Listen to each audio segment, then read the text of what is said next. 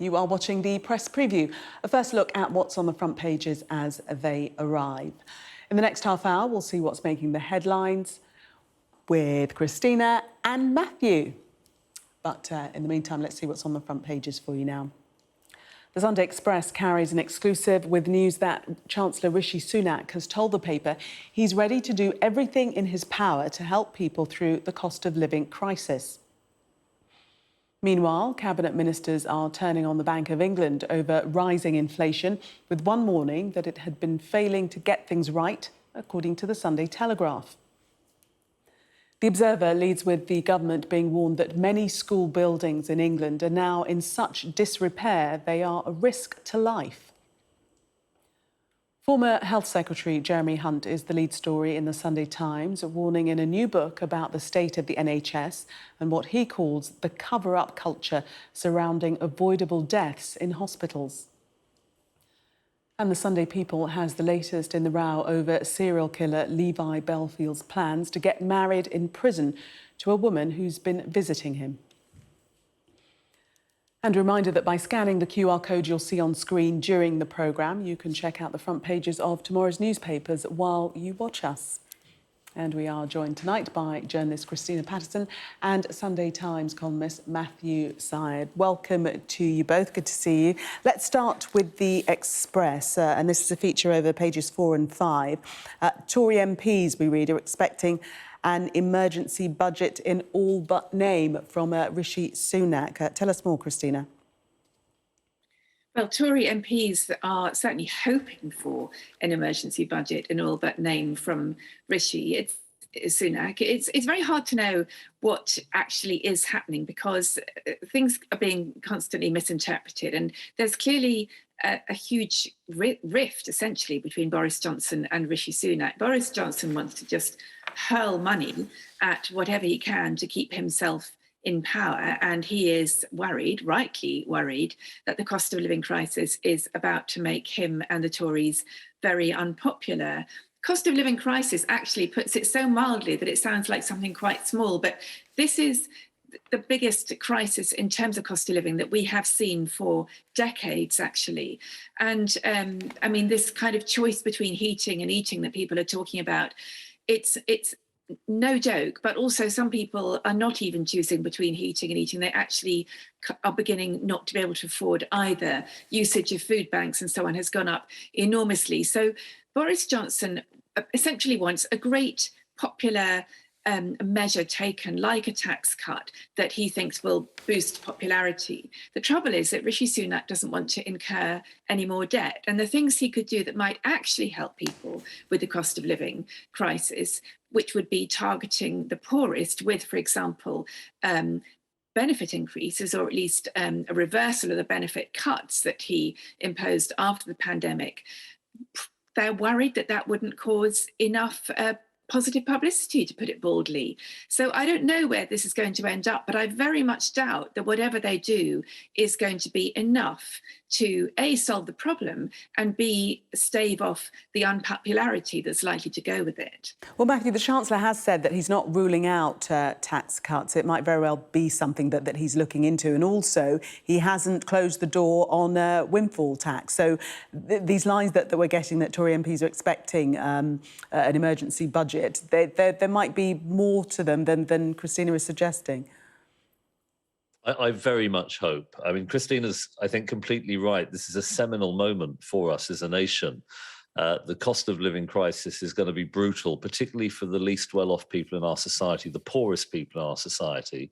And I think the concerns that increases in welfare payments, and it's welfare payments that are most important here. You can reduce taxes, as Sunak has been talking about, but that doesn't help people who are not in work, and they're often the most vulnerable at times like this. So it's got to be increases in welfare. Jacob Rees-Mogg said this week that the concern there is it might increase inflation.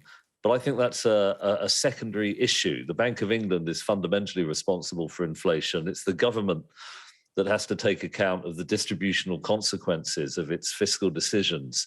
And this is a time to step up and to show creativity, but most importantly, compassion.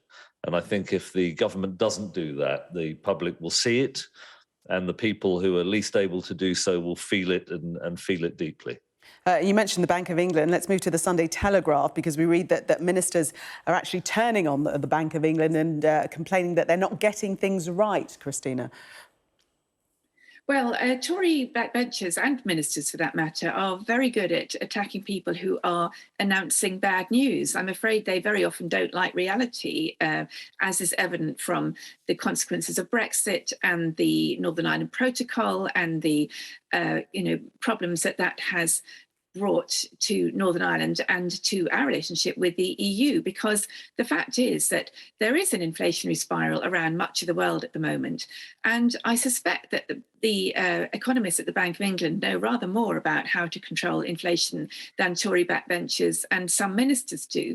But I understand that they don't like the figures. The figures are very, very alarming. Inflation is currently 7%. That's 5% above the target of 2%. So it is very bad news. But I think this kind of constantly, I mean, it goes back to what Michael Gove said during the Brexit discussions leading up to the referendum. We've had enough of the experts. And unfortunately, the experts often know what they're doing, whereas the elected politicians know rather less. So I think it's a sign of their panic, actually, because they're realizing that this is something that they can't control, not just inflation, but how they deal with the consequences of inflation. So I think it seems a slightly childish thing to me to do, but there's a lot of lashing out at the moment, and this is just one example of it.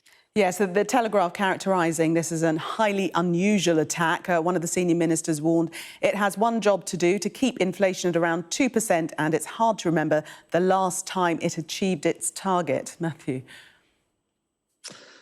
Well, I think, having looked at that story, there was some criticism from Lord Forsyth, a Thatcherite minister, I think from the John Major years. And I think the critique is that the bank has indulged in what's called quantitative easing to support the economy. You might remember they did this initially after the credit crunch in 2008 and also during the pandemic. I mean, this is quite unprecedented as an economic policy. And I remember back in the 1980s, there was a view that quantitative easing, monetary policy, the supply of money was a fundamental determinant of inflation. And there was a letter back in, I think, 2009 that it would undermine Western currencies. I think it was a difficult judgment for the Bank of England. I agree with Christina, criticising an independent group of people seeking to keep on top of inflation is a risky thing to do for ministers, and to leak the idea that it might be brought under the orbit of ministerial control, that undermines the credibility of the bank in the financial markets. So I'm not keen on what they've said, and I do think that it's a difficult judgment. And I haven't personally made my mind up about the relationship between quantitative easing and inflation. It's a very complex and convoluted relationship. Yes, and one minister, a Conservative MP, actually quoted here as saying that the questioning the independence of the Bank of England. So that's another road that might be travelled down somewhat. Let's move on to the Sunday Times. Still staying with the economy, new pressure on Sunak as 1 in 5 pulled into higher tax bands. Christina. Yes, well, obviously this is arguably bad news for those who are pulled into higher tax bands. The prediction is that because of inflation and also rising wages, which is good news, clearly, more people, 1 in 5 people, are going to be likely to be paying more tax. That's in some ways bad news for them, but also very good news for them because they'll be earning more. And it's good news for the Inland Revenue, for HMRC, because they'll have more money to spend, more taxpayers' money to spend. So the only way in which this is bad news for the government is because people might feel that they are paying more tax, and because the government want to be perceived as a government that cuts tax. Of course, if they actually want to be perceived as a government that cuts tax, it would have been helpful if they hadn't increased tax more than any government for some years. And that is precisely what they have done. So again, I think this is, kind of panic on the government's front, that they can see that this is getting out of control. They can see that people are really feeling the squeeze. But I don't think the people we should be worrying about most in society are the people who are paying upper rate tax. You pay upper rate tax because, relatively speaking, you are considerably better off than the vast majority of people. So I personally don't think it's anything to worry about. But I can see that from the Tories' point of view, they think it looks like more bad news. Matthew, we've just got less than a minute on this section, but this does point further to the fact that we might be looking at tax cuts from the Chancellor, doesn't it? Yeah, I think the worry is that with the tax burden at its highest for, 70 years, and because the thresholds haven't been upgraded, more people are moving into higher thresholds. The Thatcherite Tories are very worried about the reputation of the party for keeping taxes low, which has been eviscerated. But of course, there's a deep tension within the modern Conservative Party between those who want low taxes and relatively low regulation, and the Red Wall Tories, so-called, who are quite keen on high taxation. And this deep tension within the party, I think, is reflected in the indecision, to a certain extent, of the government at the moment. Interesting. Matthew and Christina, for the moment, thank you. We are going to take a break. Coming up, we cover this story on the front of the Times. The headline reads, Hunt says rogue NHS requires major surgery. Do stay with us.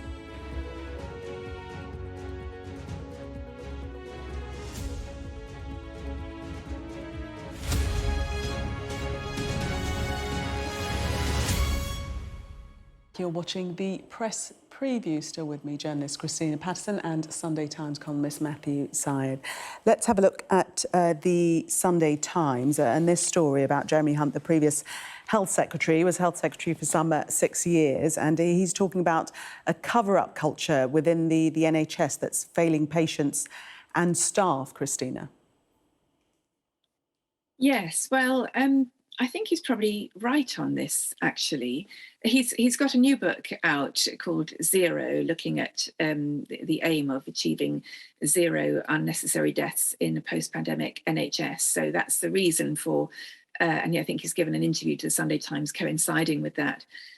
And clearly, the NHS is full of people who do work and have worked tremendously hard and have been put under often unbearable pressure over the past couple of years, and are now facing even more pressure as waiting lists. I think something like 1 in 9 people in this country are now on an NHS waiting list. So it's a very, very challenging situation for NHS staff, and it's not generally the staff who are to blame for what he's talking about. But what he's talking about is a culture where mistakes are not sort of out in the open. It's not a transparent culture, and a culture that is opaque in this way tends to be an unhealthy culture. I myself have had very bad experiences of NHS care, and some years ago I did a big investigative campaign in the newspaper I then worked for, The Independent, to find out why so many of us were getting very bad care. So I also, what I found was that it was largely down to culture. And very often at senior level, if you have managers and very senior managers who want to cover things up, then people don't feel able to tell their bosses when they've made mistakes. It's a punitive culture, and it's an unhealthy culture. So I think Jeremy Hunt is right. Having said that, he was in the job for 6 years, and that should have given him plenty of time to turn things around. And he also reveals how civil servants in the Department of Health and Social Care tried to stop him reading patients' letters of complaint, and even told him he couldn't send apologies to families. He says there were meetings held behind my back to work out if they could dissuade me from such a thoroughly dangerous idea. So not just within the NHS, but within government also, Matthew. Yes, this is a really brilliant book. I read it a few months ago, actually. I got an advance copy. It's a topic I've thought a lot about, somewhat like Christina, and there's no doubt at all that the NHS has a lot of people within it. It's a huge workforce, I think 1.3 million, many vocational, dedicated professionals on the front line, very busy. difficult jobs. But when something goes wrong, this is an opportunity to learn, to analyse the error so that reforms can be put in place to ensure the same mistake never happens again. Some industries do this extremely well, like aviation, which has a deep continuous learning culture, all near misses analysed, all accidents excavated through the black box to make sure that reforms are put in place. But in healthcare, professionals on the front line are scared about being honest because they worry about being blamed, struck off, in extremis put on trial for culpable homicide. So that creates a cover-up culture. But there's an additional element too, which is that because, in my view, the NHS has become something of a quasi-religion, a sacred cow, there's a tendency to close ranks because it's almost more important to defend the reputation of the NHS than to deliver the learning that is so imperative.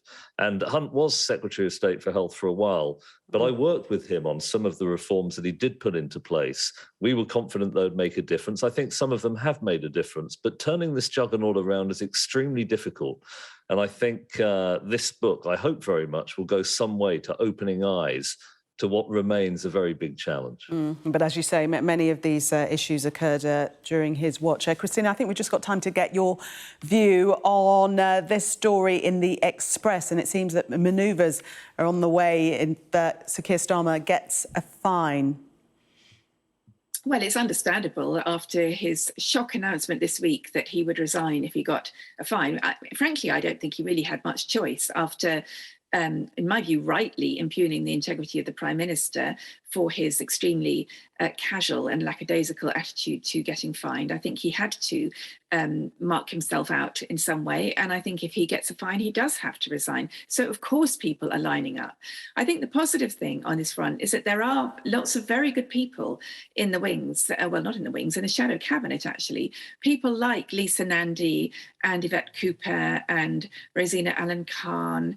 So I do think, I don't think it would be a disaster if Keir Starmer resigned. And apparently the candidate that the Tories are most frightened of is Lisa Nandy, who I think is excellent, which of course means that if the Tories are frightened of her, she's the one that Labour should probably go for. Because she's very quickly, because we're running out of time. Matthew, can you give us one name?